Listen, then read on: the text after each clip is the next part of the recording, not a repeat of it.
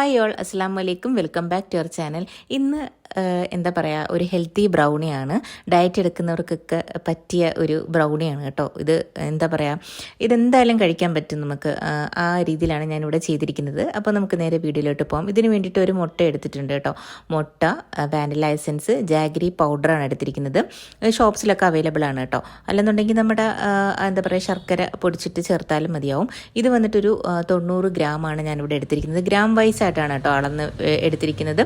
അതിനുശേഷം ഞാൻ ബട്ടറും ചോക്ലേറ്റും കൂടെ ഡബിൾ ബോയിലിംഗ് ചെയ്തതാണ് ചേർത്ത് കൊടുത്തിരിക്കുന്നത്. ബട്ടർ വന്നിട്ട് 85 ഗ്രാമും ചോക്ലേറ്റ് 75 ഗ്രാമും കൂടെ ചേർത്ത് കൊടുത്ത് നമുക്കിതൊന്ന് മിക്സ് ചെയ്തെടുക്കാം.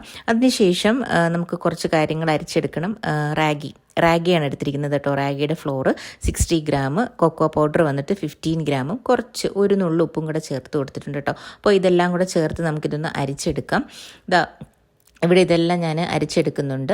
നമുക്കിതൊന്ന് മിക്സ് ചെയ്തെടുക്കാം കേട്ടോ. എന്താ പറയുക, ഒരു കൂടുതൽ ഓവർ മിക്സിങ് പാടില്ല. ലൈറ്റായിട്ട് നമുക്ക് അതെല്ലാം ഒന്ന് മിക്സ് ചെയ്യുന്ന പരുവത്തിൽ ആക്കിയെടുത്താൽ മതിയാവും. ഇത് വന്നിട്ട് ഞാൻ ഓവനിലാണ് ബേക്ക് ചെയ്തെടുക്കുന്നത്. 180 ഡിഗ്രിയിലാണ് കേട്ടോ ബേക്ക് ചെയ്തെടുത്തിരിക്കുന്നത്. 10 മിനിറ്റ്സ് പ്രീ ഹീറ്റ് ചെയ്ത ഓവനിൽ ഒരു 25 to 30 മിനിറ്റ്സ് കേട്ടോ.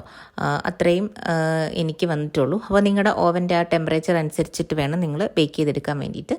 അപ്പോൾ അത് അടിപൊളിയായിട്ട് ആ ക്രിങ്കിൾ ടോപ്പും കാര്യങ്ങളും എല്ലാം കിട്ടിയിട്ടുണ്ട് കേട്ടോ.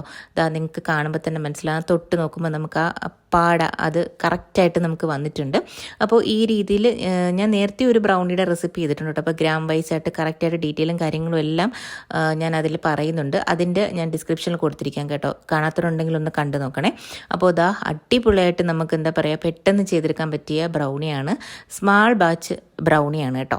അപ്പോൾ ഇതെല്ലാം ഞാനിവിടെ കട്ട് ചെയ്തെടുക്കുന്നുണ്ട്. അടിപൊളി ടേസ്റ്റാണ്. നമ്മൾ നോർമൽ ബ്രൗണി കഴിക്കുന്നത് പോലെ തന്നെയാണ് കേട്ടോ റാഗി ബ്രൗണി കഴിക്കുന്നത്. നമുക്ക് ആ ഒരു ടേസ്റ്റ് വ്യത്യാസം കാര്യങ്ങളോ ഒന്നും ഇല്ല. അടിപൊളിയായിട്ട് തന്നെ നമുക്ക് ചെയ്തെടുക്കാൻ പറ്റും കേട്ടോ. അപ്പം ഈ ബിഗിനേഴ്സിനായാലും എന്തായാലും ഇങ്ങനെ ഒരു രീതിയിൽ നിങ്ങൾ ഗ്രാം വൈസ് ആയിട്ട് അളന്നെടുക്കുകയാണെന്നുണ്ടെങ്കിൽ പെർഫെക്റ്റ് ആയിട്ട് നമുക്ക് ബ്രൗണി ചെയ്തെടുക്കാൻ പറ്റും. അപ്പോൾ എല്ലാവരും ഒന്ന് കണ്ടുനോക്കിയിട്ട് ഫീഡ്ബാക്കും കൂടെ അറിയിക്കാൻ മറക്കല്ലേ. പിന്നെ ഞാനൊരു പിസയും കൂടെ ചെയ്തിട്ടുണ്ടായിരുന്നു കേട്ടോ.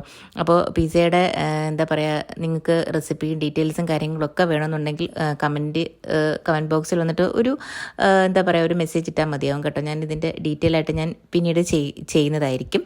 അപ്പോൾ ഇതിൻ്റെ എന്താ പറയുക, ഞാൻ അങ്ങനെ എടുത്തിട്ടില്ല. വളരെ ചെറിയ ക്ലിപ്പിങ്സും കാര്യങ്ങളൊക്കെ എടുത്തിട്ടുള്ളൂ കേട്ടോ, കട്ട് ചെയ്യുന്നതും ഒക്കെ.